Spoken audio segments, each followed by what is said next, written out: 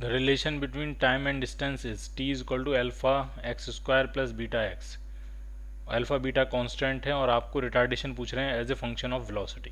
ठीक है, एक्स और टी का रिलेशन दिया और रिटार्डेशन आपसे पूछा है, मतलब हम एसलेशन निकालेंगे, उस पर अपने आप नेगेटिव लग के आएगा तो वो रिटार्डेशन होगा।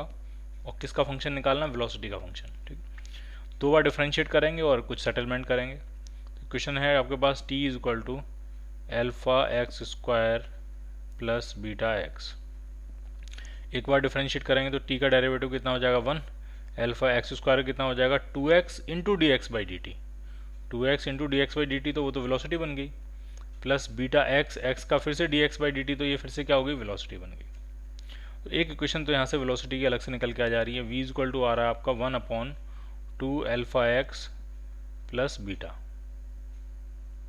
ये वेलोसिटी आ गई।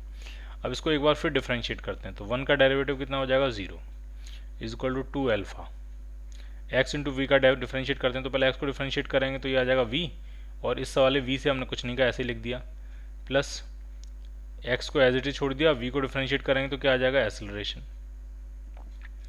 प्लस बीटा, इस v को डिफ्रेंशिएट करेंगे तो फिर से क्या आ जाएगा? एक्सेलरेशन।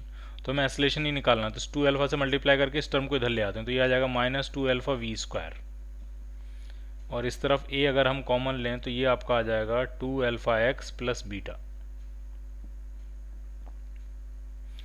और इसको जब हम उस तरफ लेके जाएंगे तो 1/2 अल्फा एक्स प्लस बीटा बनेगा, और 1/2 alpha x plus beta velocity के बराबर है। तो एक्सेलरेशन आपका आया -2 अल्फा वी क्यूब, ये आपका एक्सेलरेशन आया। और ये माइनस साइन क्या बता रहा है कि ये रिटार्डेशन है। अब आपसे रिटार्डेशन ही पूछ रहे हैं तो आप क्या बताओगे? फिर आप माइनस नहीं लगाओगे क्योंकि आप खुद ही कह रहे हो रिटार्डेशन, तो अब सिर्फ आंसर क्या बनेगा? 2 alpha v cube. So the answer will be A part. If vehicle travels half the distance L with velocity v1 and other half with velocity v2, then its average speed is। Distance बराबर बराबर का काट ले रहे हैं, ये L length है, ये L लेंथ है, इसको ट्रेवल किया v1 वेलोसिटी से, इसको ट्रेवल किया v2 वेलोसिटी से या स्पीड से। ठीक है, आपको एवरेज स्पीड बतानी है। तो एवरेज स्पीड का फॉर्मूला होता है total distance upon total time. तो टोटल डिस्टेंस कितना होगा? तो वो L प्लस L कितना हो जाएगा? 2L upon total time. तो पहले सेम टाइम कितना लगा हुआ? L अपॉन v1, और दूसरे सेम टाइम कितना लगा हुआ? L upon v2। तो L L कॉमन लेके कैंसिल आउट हो जाएगा और ये v1 v2 एलसीएम लेके ऊपर पहुंचेंगे तो ये आंसर आएगा 2v1 v2 upon v1 plus v2। So the answer will B C part.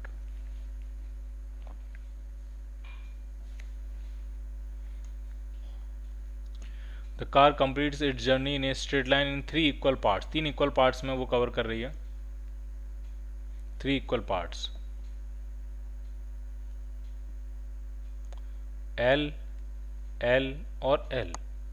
पहले हिस्से में स्पीड है v1, दूसरे में है v2, तीसरे में है v3, और इसमें भी एवरेज निकालना है। तो बहुत ही सिंपल है, जैसा अभी किया वैसे इसको करेंगे। एवरेज कितनी आएगी? तो टोटल डिस्टेंस तो कितनी हो जाएगी? वो 3L अपॉन टोटल टाइम। तो टोटल टाइम पहले वाले में टाइम कितना लगा? L अपॉन v1, दूसरे वाले में टाइम कितना लगा? L अपॉन v2, तीसरे वाले में L upon v3। L L L common लेके ऊपर वाले L से कैंसिल आउट हो जाएगा, तो ये पूरा टर्म अगर हम इधर ले जाएं, वी एवरेज को इधर ले आएँ, तो ये आपका आने वाला है 1/v1 plus 1/v2 plus 1/v3 is equal to आपका आने वाला है 3 upon v average. So the answer will be D।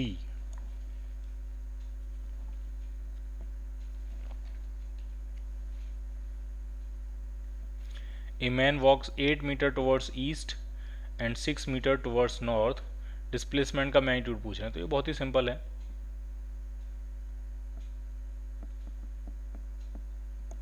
कुछ उस तरह से मान रहे हैं, पहले वो 8 मीटर गया ईस्ट में, ये मान लिया यहाँ से चलना शुरू किया तो 8 मीटर गया वो ईस्ट में, और मान लिया ईस्ट डायरेक्शन थी तो ये वाली डायरेक्शन क्या बनेगी आपकी? नॉर्थ, और उसके बाद 6 मीटर गया वो नॉर्थ में, तो यहाँ से 6 मीटर कहाँ गया? वो नॉर्थ में। ठीक, ये 6 मीटर आया नॉर्थ में।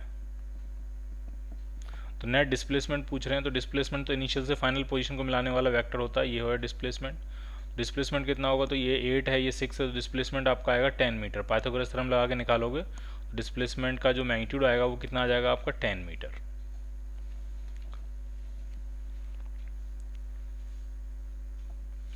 The position vector of particle is determined by the expression. Position vector दिया है r is equal to 3t square I cap plus 4t square J cap plus 7k cap, और आपको पहले 10 सेकंड का displacement पूछ रहे हैं। तो बहुत ही सिंपल है, कोऑर्डिनेट्स लिखेंगे, इनिशियल पोजीशन लिखेंगे, तो t इक्वल टू 0 पे पोजीशन वेक्टर जो है इनिशियल पोजीशन वेक्टर, तो वो क्या बनेगा, तो वो आपका आ रहा है 0 आई कैप, t की वैल्यू 0 डाल रहे हैं, प्लस 0 जे कैप प्लस 7k कैप, ठीक। और t इक्वल टू 10 सेकेंड्स पे कितना आ रहा है, 10 सेकेंड्स पे फाइनल पोजीशन वेक्टर, तो 10 डालोगे तो ये आपका आ जाएगा 300 आई कैप प्लस 400 जे कैप प्लस 7k कैप। अब आपको डिस्प्लेसमेंट अगर वेक्टर चाहिए तो डिस्प्लेसमेंट वेक्टर जो आएगा वो आएगा final position vector minus initial position vector. तो जब फाइनल माइनस इनिशियल करेंगे तो 7k कैप से ये 7k कैप कैंसिल आउट हो जाएगा, तो सिर्फ ये बचा आपके पास 300 आई कैप प्लस 400 जे कैप। तो नेट मैग्नीट्यूड इसका कितना आ जाएगा, तो मैग्नीट्यूड आपका आएगा 500 मीटर। 300 और 400 का जो मैग्नीट्यूड आएगा 300 आई कैप और 400 जे कैप का मैग्नीट्यूड आएगा 500। अंडर रूट ऑफ 300 का स्क्वायर प्लस 400 का स्क्वायर क्या बनेगा, वो 500।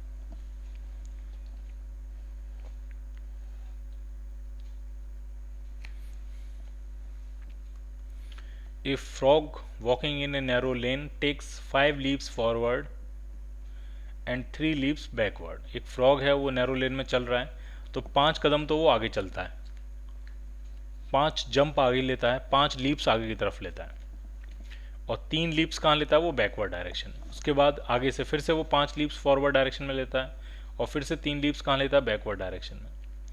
और इस तरह से ये प्रोसेस चल रही है, और हर जंप जो है वो 1 मीटर लॉन्ग है, और हर जंप में जो टाइम लग रहा है वो 1 सेकेंड है। तो उसी लेन में 13 मीटर आगे जाके एक पिट है। How long the frog take to fall in a pit 13 meter away from the starting point. Starting point से 13 मीटर आगे एक पिट है, उसमें गिरने में कितना उसको टाइम लगेगा, ठीक है। तो कुछ इस तरह की सिचुएशन है, मैंने मान लिया चलो यहाँ ये पिट है, ठीक। कितना दूर है ये, 13 मीटर, और एक स्टेप में 5 लीप आगे चलता है और 3 लीप पीछे जाता है। जरा सेटलमेंट करते हैं इसमें, ठीक। तो 5 लीप आगे जाना, 3 लीप पीछे हटना है, फिर 5 लीप आगे जाना, 3 लीप पीछे हटना है, इस तरह की सिचुएशन है, ठीक है। तो हम ऐसा करते हैं, गिरने से पहले 5 लीव्स जो हैं उनको माइनस कर लेते हैं,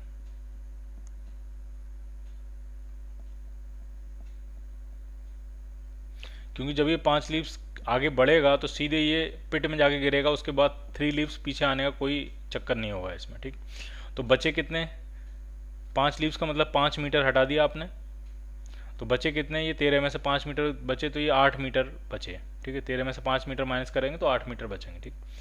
अब 5 मीटर आगे जाना और 3 मीटर पीछे हटना है, इसका मतलब ओवरऑल एक बार में एक प्रोसेस में ये 2 मीटर आगे बढ़ पाएगा, और 2 मीटर आगे बढ़ने में ये टाइम कितना लगेगा, तो 5 लीप्स आगे जाने में 5 सेकेंड, 3 लीप्स पीछे आने में 3 सेकेंड, तो 8 सेकेंड में 2 मीटर आगे बढ़ेगा, 8 सेकेंड में 2 मीटर आगे बढ़ेगा। तो इसी तरह से 8 मीटर उसने चलना है, तो 2-2 मीटर के स्टेप्स में लगेंगे, तो 4 स्टेप्स लगेंगे, तो टोटल टाइम यहाँ से सिर्फ यहाँ तक पहुँचने का जो टाइम है वो कितना आ जाएगा, तो 8 × 4, तो ये 32 सेकेंड तो यहीं लग जाएंगे।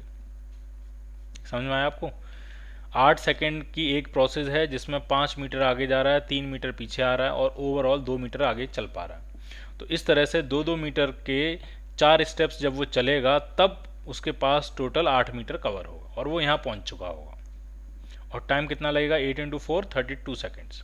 अब की बार जब वो 5 लीप्स आगे बढ़ेगा तो सीधे पिट में जाएगा, दोबारा 3 लीप्स पीछे आने का कोई चक्कर नहीं है इसमें, तो 5 सेकेंड यहाँ लग जाएंगे। तो टोटल पिट में पहुंचने में जो टाइम लगेगा वो कितना लगेगा, तो वो लगेगा 32 सेकेंड प्लस 5 सेकेंड, तो ये कितना आ जाएगा आपका 37 सेकेंड्स। C part.